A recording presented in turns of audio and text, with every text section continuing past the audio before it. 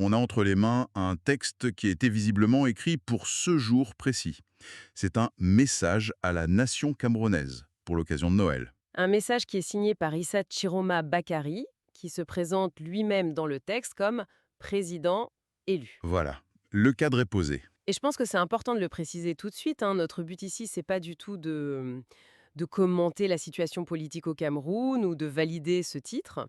Ce qui nous intéresse, c'est le texte, l'objet en lui-même. C'est un morceau de communication politique en fait. Exactement. On va le décortiquer, essayer de comprendre comment il est construit, quelle est la mécanique rhétorique derrière tout ça, comment est-ce qu'on utilise un symbole comme Noël, un symbole de paix, pour faire passer un message de rupture. C'est une question qui est centrale. Noël, c'est censé être un moment de communion, d'espoir. Le détourner à des fins politiques, ça demande une certaine audace. Et puis, une stratégie très très précise pour pas que ça se retourne contre vous. Tout à fait. Et cette stratégie, on la voit dès la première phrase, elle est d'une brutalité assez surprenante pour un message de Noël. Le texte commence par Ce Noël n'est pas un Noël ordinaire, c'est un Noël d'épreuve. On peut difficilement être plus direct. Ça donne le ton immédiatement. C'est un pari, non? De commencer un message qui est censé apporter de la joie comme ça la veille de Noël avec une affirmation aussi sombre. On s'attendrait à des vœux, à quelque chose de plus apaisé. Oui. Et lui, il choisit de parler de familles frappées par le deuil, d'incarcération injuste, d'un peuple à qui on demande de se taire face à l'injustice. Pourquoi ce choix? Il n'y a pas un risque de braquer les gens? C'est un risque qui est calculé. Et c'est la première étape d'une stratégie très classique, mais qui est redoutablement efficace. On pourrait appeler ça la validation de la souffrance. La validation de la souffrance, d'accord. Oui. Avant même de proposer quoi que ce soit, avant de se présenter comme une solution, il dit en quelque sorte à son auditoire: je vois ce que vous vivez, je sais. Je suis pas dans une tour d'ivoire à vous souhaiter un joyeux Noël qui serait déconnecté de la réalité. Il dit: je suis avec vous dans l'épreuve. C'est exactement ça. Il crée un terrain d'entente qui est d'abord émotionnel. Il dit pas voici les problèmes, mais plutôt voici notre souffrance commune. C'est toute la nuance.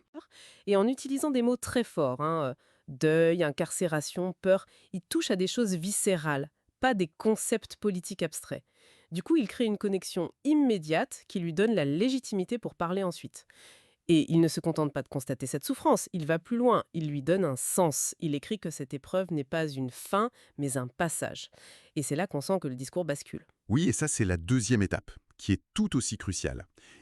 Il recadre la souffrance. Ce n'est plus juste une fatalité absurde, il la transforme en une sorte de test, une épreuve quasi spirituelle qui doit révéler la foi, la persévérance et la dignité du peuple. Le vocabulaire change complètement. Ah oui, on bascule clairement dans un registre religieux, ce qui, un 24 décembre, a une résonance toute particulière.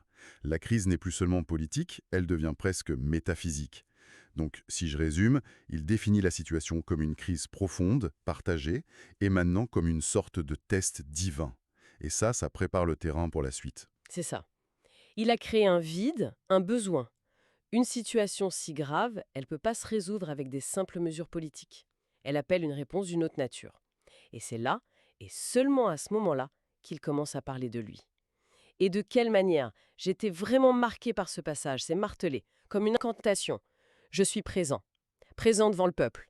Présent pour chaque Camerounaise et chaque Camerounais. Présent dans la douleur. C'est presque un mantra en fait. Le choix du mot présent est extrêmement puissant. C'est pas un futur, je serai là, c'est pas un conditionnel. C'est un état de fait, ici et maintenant. Face au chaos qu'il a décrit juste avant, il se pose comme le seul point fixe. Le roc, voilà. Et la répétition, l'anaphore, ça sert à enfoncer le clou. Pendant que tout s'effondre, moi je suis là. C'est une réponse directe à ce qu'il sous-entend être un pouvoir absent, lointain. Lui, il incarne à proximité. Il a une dimension protectrice, presque paternelle. Et il renforce ça avec tout le vocabulaire du devoir, de la mission sacrée, d'une mission dont rien ne le détournera. On a l'impression qu'il essaie de s'élever au-dessus de la politique politicienne. Mais c'est tout l'enjeu. Un politicien normal a un programme, des ambitions. Lui, il se dote d'une mission sacrée. En faisant ça, il suggère que sa légitimité, elle vient pas seulement des urnes, mais d'une source supérieure. D'ailleurs, il le dit, il remercie le Tout-Puissant. Il n'est plus un simple candidat. Non, il devient un instrument du destin. Une figure quasi messianique, ce qui le rend, dans sa propre rhétorique, imperméable aux attaques. Il le dit lui-même, ni la peur, ni l'intimidation, ni l'injustice. Rien ne peut le faire dévier. C'est la figure du leader sacrificiel. Il absorbe les coups pour protéger le peuple. Sa résilience personnelle devient la promesse d'une résilience collective. Et il ancre ça dans le sacrifice quand il dit qu'il consacre toute son énergie, non pas à des cercles fermés, ce qui est une pique très claire, Ouais. mais à chaque foyer, chaque famille. Le message est limpide. Je ne suis pas eux, je suis vous. D'accord, la posture est très forte, mais une posture, ça ne suffit pas. Il faut que les gens se sentent impliqués. Comment est-ce qu'il passe de cette figure de guide à la mobilisation concrète? Alors ça, c'est le troisième temps du discours et c'est peut-être le plus habile sur le plan de la rhétorique. Il ne demande pas aux gens de descendre dans la rue. Non. Il lance ce qu'il appelle un appel clair, digne et fraternel à la solidarité nationale.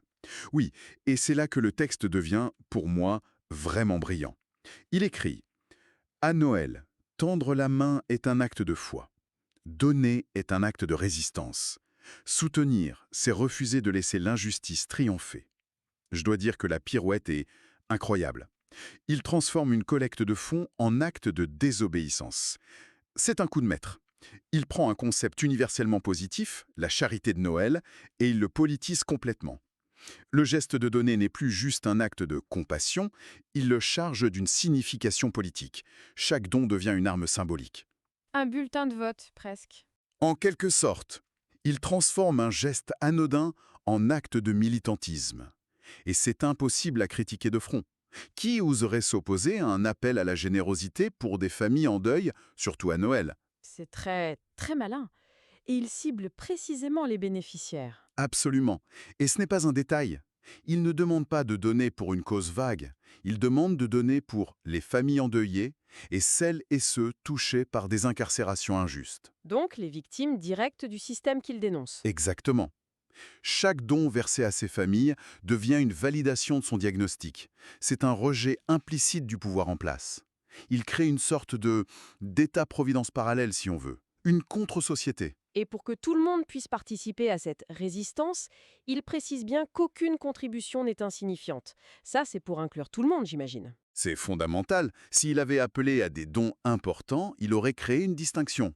Là, en disant que même le plus petit geste compte, il rend cet acte de résistance accessible à tous. Il donne à chaque citoyen le sentiment de pouvoir agir, de faire partie d'un mouvement. D'accord.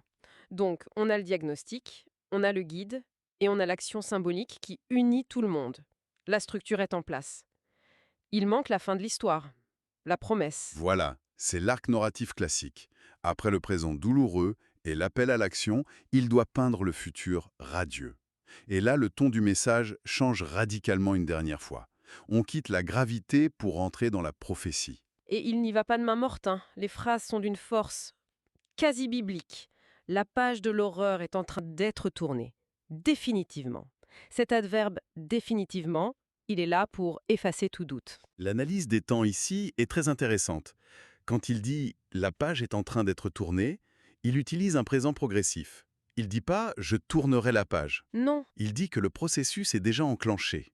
C'est une force historique inéluctable. Ça suggère que la victoire, ce n'est plus un souhait, c'est un fait en cours de réalisation. il se positionne comme celui qui accompagne un changement qui est de toute façon inévitable. C'est ça, il n'est que le catalyseur. Et ensuite, quand il passe au futur, nous récupérerons, nous réparerons. Ce n'est plus un futur d'incertitude, c'est un futur de certitude. Dans sa rhétorique, ce ne sont plus des promesses, ce sont des faits qui ne sont pas encore arrivés. Il ne vend pas de l'espoir, il annonce l'avenir. Exactement. Et le point d'orgue de tout ça, c'est la phrase finale. Et en ce jour de Noël, je vous fais cette promesse solennelle. Nous réussirons. Le poids des mots est énorme. Une promesse solennelle, le jour de la nativité. C'est le sommet de son discours.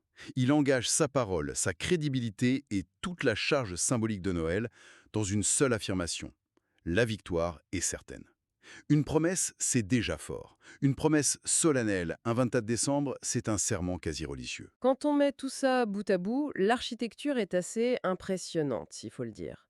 On part de la douleur, on établit un guide, on appelle à une action unificatrice et on conclut sur la certitude de la victoire. La boucle est bouclée. C'est un cas d'école de discours de mobilisation. Il coche toutes les cases. Il identifie un ennemi, l'injustice. Il présente un héros, lui-même. Il donne une quête au peuple, la solidarité. Et il promet une fin heureuse. Pour résumer, on a donc un message qui se saisit de la fête de Noël pour en faire le cadre d'un manifeste politique de combat. Il transforme une épreuve en un moment de foi, une foi politique, incarnée par ce leader qui se pose en guide infaillible. C'est une excellente synthèse. Et la signature finale, Vive un Cameroun libre, uni et réconcilié, je suis Chiroma, vient sceller le tout. C'est à la fois un slogan et une affirmation d'identité. La personne et la cause deviennent une seule et même chose. L'analyse de ce texte, au-delà du contexte, est assez vertigineuse. La mécanique est si bien huilée.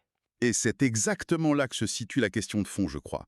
Quand la communication politique atteint ce niveau de perfection rhétorique, quand un leader utilise ce langage de certitude absolue, de promesse solennelle, comment est-ce qu'on fait la part des choses?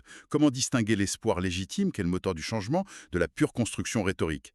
Et surtout, quel est l'impact d'un langage aussi puissant sur la psychologie d'une nation qui attend manifestement le changement? La question est posée. La frontière entre inspirer et manipuler est parfois incroyablement fine. C'est une excellente piste de réflexion pour terminer. Merci de nous avoir suivis dans cette analyse.